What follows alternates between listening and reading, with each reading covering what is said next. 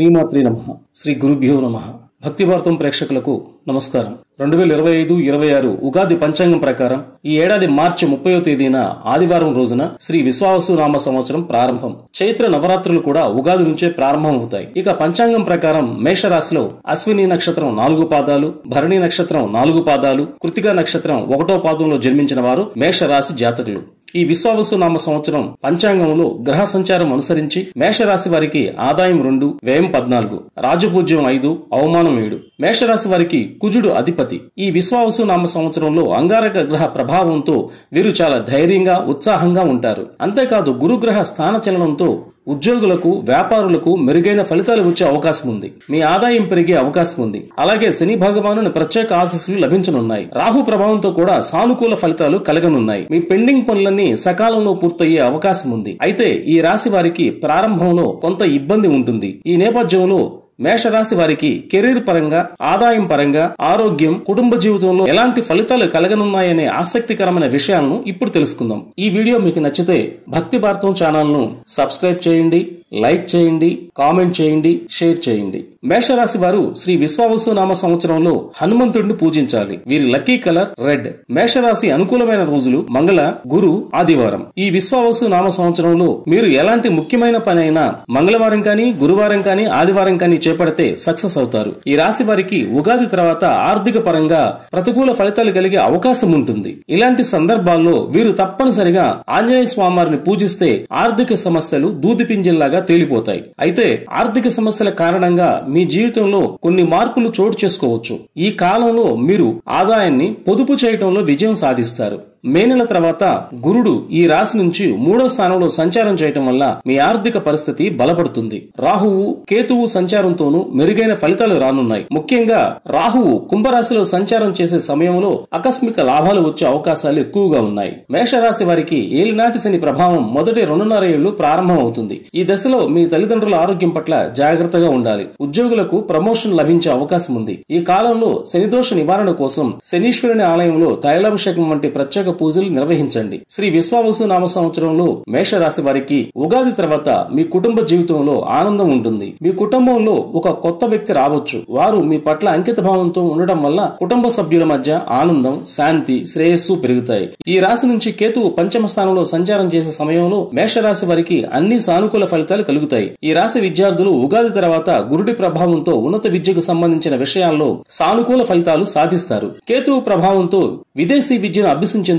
ఆసక్తి చూపిస్తారు. అయితే మేషరాశి వారు కొందరికి మాత్రమే 2025 విశ్వావసు నామ సంవత్సరం ఉగాది నుండి 3 నెలలు సాధారణ ఫలితాలు కలిగే అవకాశం ఉంది. ఈ సంవత్సరం ఉగాది నుండి ఏలినాటి శని వ్యయ స్థానంలో సంచరించడం వల్ల కొన్ని అనుకోని ఫలితాలు మీకు వ్యతిరేకంగా కలిగే అవకాశం ఉంటుంది. గురుగ్రహ అనుగ్రహంతో ఇల్లు లేదా ఫ్లాట్ కొంటారు. రాహు వల్ల అనుకోని ధనం పెద్ద మొత్తంలో పొందుతారు. కేతుగ్రహ ప్రభావంతో విదేశాలకు వెళ్లే అవకాశం ఉంటుంది. విద్యార్థులకు కూడా ఈ కాలంలో మంచి అవకాశాలు వస్తాయి. వారు విదేశాలకు వెళ్లేందుకు మార్గం సుగమం అవుతుంది. ఇక శ్రీ విశ్వావసు నామ సంవత్సరం ఉగాది నుండి శనిగ్రహం మార్పు, బృహస్పతి మార్పు, రాహుకేతువుల మార్పుల ఆధారంగా మేషరాశి వారికి ఇప్పుడు చెప్పిన ఫలితాలు తప్పకుండా కలుగుతాయి. ఈ సంవత్సరం మేషరాశి వారికి ఏలినాటి శని ప్రభావం వల్ల ఇంట్లో ఉన్నటువంటి తల్లిదండ్రులకు ఎవరికైనా ఆరోగ్య సమస్యలు కలిగితే వెంటనే హెల్త్ చెకప్ చేయించండి. అలాగే ఎవరైతే అనారోగ్యానికి గురవుతారో వారి బెడ్ కింద గాజు పాత్రలో రాళ్ల ఉప్పు కేజింపావు ఉంచండి. దాన్ని ప్రతి 3 రోజులకు ఒకసారి మార్చండి. దానివల్ల వారికి శని బాధలు తగ్గే అవకాశం ఉంటుంది.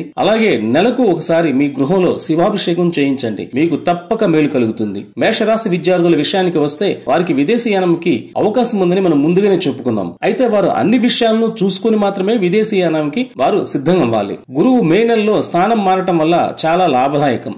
ఇక మే నుండి అన్ని అనుకూల పరిస్థితులు మేషరాశి వారికి కలుగుతాయి. అలాగే టూరిజం, కళలు, సినిమా, మార్కెటింగ్, సేవా రంగాలకు సంబంధించి మేషరాశి వారు మంచి ఫలితాలు పొందవచ్చు. ప్రభుత్వ ఉద్యోగస్తులు బదిలీలపై ఇతర ప్రాంతాలకు వెళ్లే అవకాశం ఉంది. శనిగ్రహం ఏలినాటి స్థితి వల్ల మీకు కష్టం తప్పదు. ఎంత కష్టపడితే అంత సక్సెస్ ఉంటుంది. ఇది మీకు శనిగ్రహానికి సంబంధించిన రెమెడీగా చెప్పవచ్చు. అంటే మీరు ఎంత హార్డ్ వర్క్ చేస్తే మీకు అంత సక్సెస్ మీ సొంతం అవుతుంది. అలాగే ప్రతిరోజు ఉదయం కనీసం అర్ధగంట వాకింగ్ చేయండి. ఈ కాలంలో ప్రభుత్వ ప్రైవేట్ రంగాలకు సంబంధించిన ఉద్యోగులకు తమ కష్టానికి తగిన ఫలితం దక్కుతుంది. అయితే ఉద్యోగ, వృత్తి, వ్యాపారాల్లో అనుకోని ఇబ్బందులు మీరు ఎదుర్కొంటారు. రైతులకు మంచి దిగుబడులు వచ్చే సూచనలు ఉన్నాయి. కానీ పండిన పంటను అమ్ముకునే సమయంలో కొన్ని సమస్యలు మీకు కలిగే అవకాశం ఉంది. తస్మత్ జాగ్రత్త. మేషరాశి వారికి సంబంధించి రాశ్యాధిపతి కుజుడు కాబట్టి సినీ రంగంలో ఉన్న మేషరాశి వారు అనుకోని కాంట్రవర్సీల్లో చిక్కుకుంటారు. ఇక రాజకీయాల్లో ఉన్న వారికి అద్భుతమైన నాయకత్వ సామర్థ్యం ఉంటుంది. పదవులు దక్కే అవకాశం ఉంది. మీ రాజకీయ పార్టీలో సడన్ గా మీకు విలువ పెరిగే అవకాశం ఉంటుంది. మేషరాశి వారు తెలియని వ్యక్తులతో వ్యాపార లావాదేవీలు చేయకుండా ఉండటమే మంచిది. కొన్నిసార్లు మీరు ఇతరుల వల్ల ఇబ్బందులు ఎదుర్కొంటారు, మోసపోతారు. మార్చి నెలలో జరిగే షష్టగ్రహ కూటమిలో శని వీరికి వ్యయస్థానంలో రావటం వల్ల తీవ్ర ఆరోపణలు, నిందలు పడే అవకాశం ఉంటుంది. ఇలాంటివి కలగకుండా ఉండడానికి ముందుగానే మీ గురువులను సేవించండి. వారి ఆశీస్సులు తీసుకోండి. తప్పక మంచి జరుగుతుంది.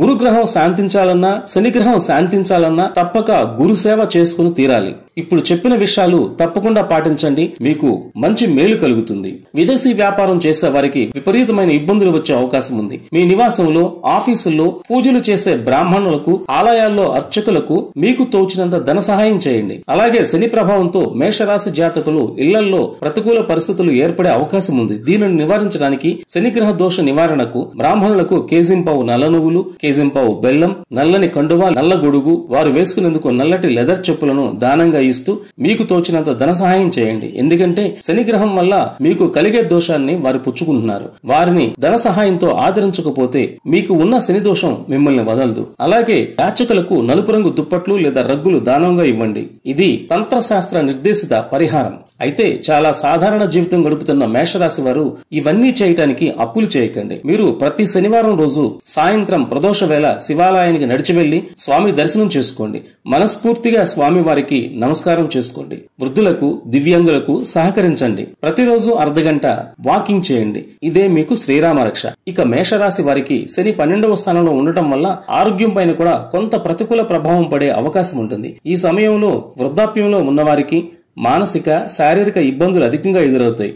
కాబట్టి అనారోగ్య సమస్యలను విస్మరించకుండా వైద్యుల దగ్గరికి వెళ్లి చికిత్స తీసుకోవడం చాలా మంచిది. మేషరాశి జాతకులు దక్షిణామూర్తి స్తోత్రాన్ని నిత్యం పారాయణం చేస్తే దివ్యమైన ఫలితాలు కలుగుతాయి. శని బాధలకు అసలు శిస్సుల పరిహారం దక్షిణామూర్తి స్వామి వారి స్తోత్రం చదువుతూ ఆ స్వామి ఫోటో దగ్గర 10 నిమిషాలు అలాగే గడపండి. మేషరాశి అధిపతి కుజుడికి ఇష్టమైన శరవణ భవ మంత్రాన్ని చదువుకోవటం మీకు మేలు కలిగిస్తుంది. ఇక వీలైనంత వరకు ప్రతి 3 నెలలకి ఒకసారైనా తప్పకుండా ఆంజనేయ స్వామి వారికి ఆకు పూజ చేయించండి. వీలైతే సింధూరార్చన పూజలు కూడా చేయించుకోండి. మీకు అన్ని రకాల శని దోషాల నుండి ఉపశమనం లభిస్తుంది. శ్రీ విశ్వావసు నామ సంవత్సరంలో మొత్తం మీద మేషరాశి జాతకులకు ఎంత అనుకూలమైన యోగం ఉందో అంతే దోషం కూడా ఉంది. కాబట్టి తేలికైన ఇప్పుడు చెప్పిన పరిహారాలను విస్మరించవద్దు. అలాగే నిత్యం దైవనామ స్మరణ, శ్రీ విష్ణు సహస్రనామ పారాయణం చదవటం, అలాగే కనకదార స్తవం వినటం, గురు దక్షిణామూర్తి స్తోత్రాన్ని చదవటం లేదా వినటం తప్పక చేయండి.